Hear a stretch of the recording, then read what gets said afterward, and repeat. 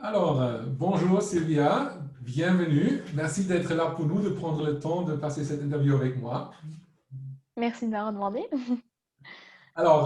Bonjour à tout le monde. Je suis ravi de pouvoir passer 15 minutes avec Sylvia von Buren, qui est gestionnaire de commerce de détail. Et puis, elle est là aujourd'hui pour répondre à toutes vos questions. Vous avez la possibilité de cliquer sur le chat ici en bas de votre fenêtre, les questions-réponses. Et puis, vous pouvez poser vos questions dans le chat. Et je vais passer à travers le maximum de questions possibles. Mais pour vous laisser un tout petit peu de temps d'écrire vos questions, je propose, Sylvia, qu'on va faire un tout petit exercice. Je vais te poser ou proposer toujours deux choix et tu vas Mhm. choisir celle qui te convient le plus aujourd'hui par ton humeur. Ça joue? D'accord. Ouais, ça joue. All right. Du matin ou du soir? Du soir, plutôt. Café ou thé? Euh, thé? Thé, ouais. Petit pain ou croissant?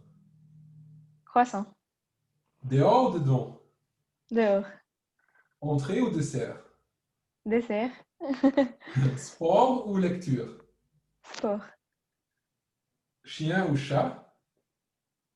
Chien. Et le dernier, la mer ou la montagne? Plutôt la mer, quand même. La mer. Très bien, Ouais. merci beaucoup.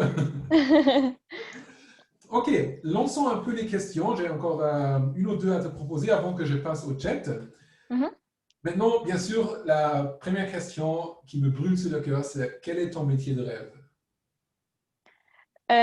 Alors, c'est gestionnaire du commerce de détail. C'était vraiment le métier que je voulais apprendre depuis déjà tout petite, Mhm. grâce un peu à ma maman, parce qu'elle est aussi vendeuse. Donc, j'ai souvent été dans le magasin et j'ai adoré, en fait, et j'aime toujours. Donc, c'est vraiment un peu mon métier des rêves, oui.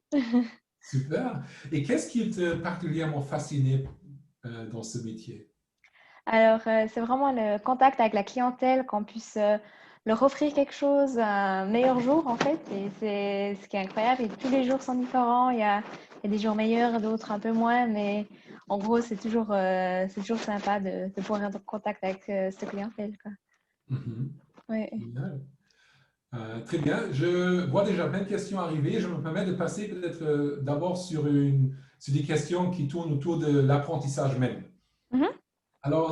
Par exemple, combien de fois par semaine est-ce que tu te rendais à l'école professionnelle? Alors, je me rendais un jour et demi. Et là, j'avais des cours de français, allemand, d'économie, de compta aussi. C'était ensemble, les deux. J'avais du sport et j'avais aussi la connaissance du métier, donc de gestionnaire, qui prenait beaucoup. C'était 3 leçons, donc Mhm. ouais. Très bien. Et pendant les journées que tu étais dans l'entreprise, donc sur le terrain, si j'ose dire, comment Mhm. tu as géré pour rester debout toute la journée? Alors ça, c'est une question d'habitude. Au début, c'était quand même difficile. J'avais un peu mal au dos et aux pieds, mais il faut surtout avoir de bonnes chaussures et c'est les 2 premières semaines qui sont difficiles. Après, on s'habitue vite. En plus, on bouge quand même pas mal. On va chercher des choses. On peut aller livrer peut-être.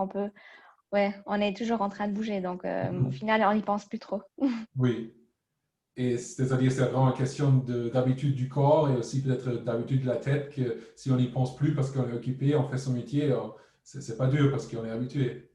C'est ça, oui. C'est ça, Mhm. OK. exactement. Et pour retourner à l'école, quelle était la branche préférée à l'école? J'aimais bien l'économie, je dois dire, et la compta. Quand C'était, ça, ouais, souvent, les mathématiques et tout ce qui tourne autour, elle n'est pas tellement préparée. si, j'ai bien aimé justement. OK. Et je sais pas, j'ai bien aimé l'économie parce que ça met dans le monde réel un peu, on voit comment le monde y tourne et on fait plus de liaisons un peu, ce que j'ai vraiment aimé, oui. Mhm. C'est Excellent. ça. Et avant de commencer ton apprentissage, est-ce que tu as fait des stages pour découvrir d'autres métiers ou ce métier?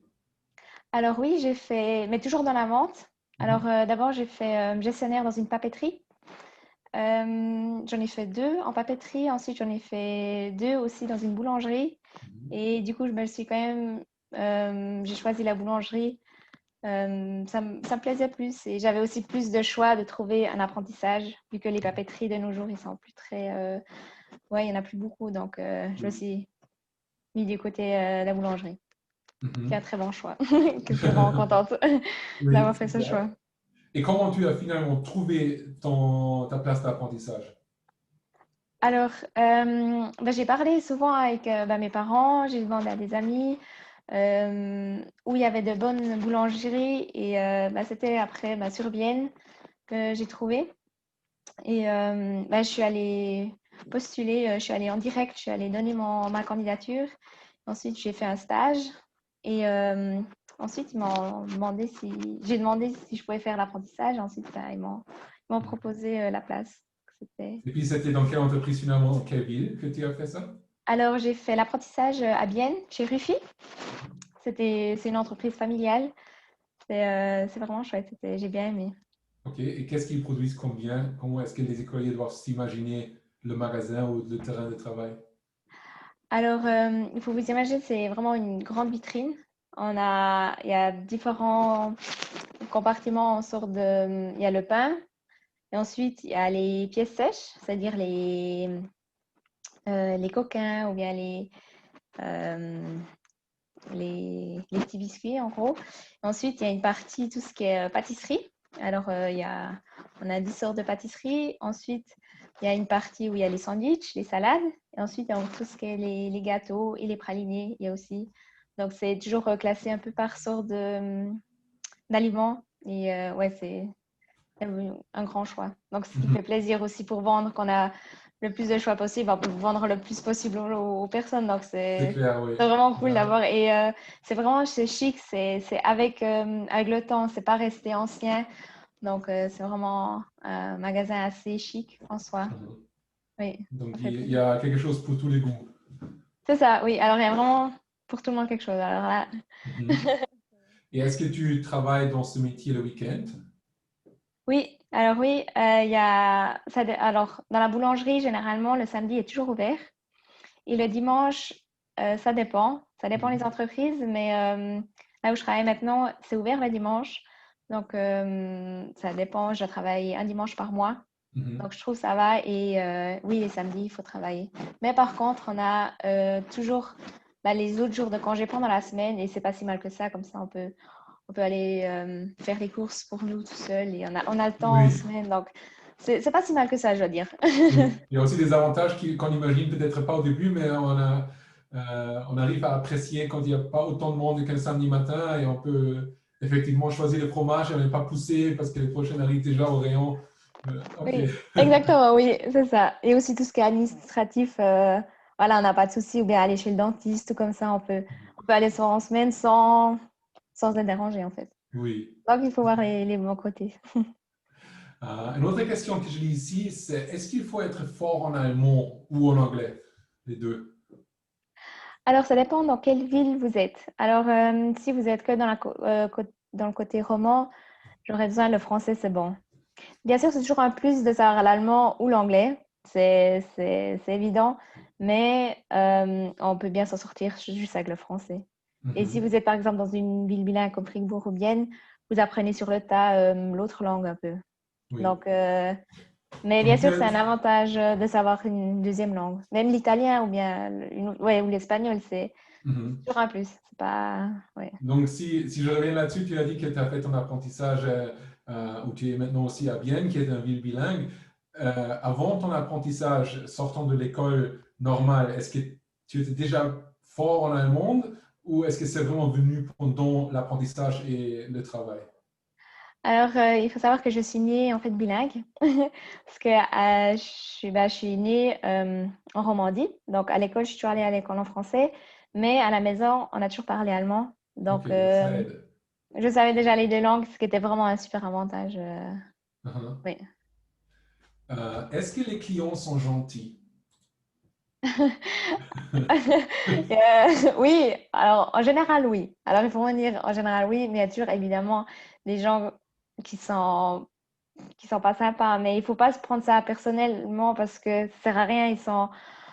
voilà, et peut-être ils ont passé une mauvaise journée et vous êtes la seule personne à qui il peut parler, donc vous chopez tout. Mais au final, il y a beaucoup plus de gens sympas et adorables qui vous racontent un peu leur vie. Et ensuite, ça fait toujours Oui, plaisir, en fait. oui, Mais oui, il y a des personnes qui sont pas trop gentilles. Mais il ne faut pas prendre oui. sur soi et après, Ok, pas ça prendre se ce passe bien. soi et c'est un peu normal. Souvent, une autre raison est derrière, c'est pas contre toi ou la personne en Exactement. vente, c'est l'autre personne qui a une mauvaise journée et qui a juste besoin de De ventiler. se lâcher. Voilà, exactement. Et Mhm. généralement, bah, ça fait du bien à la personne. Donc après, elle sort du magasin de meilleure humeur, généralement.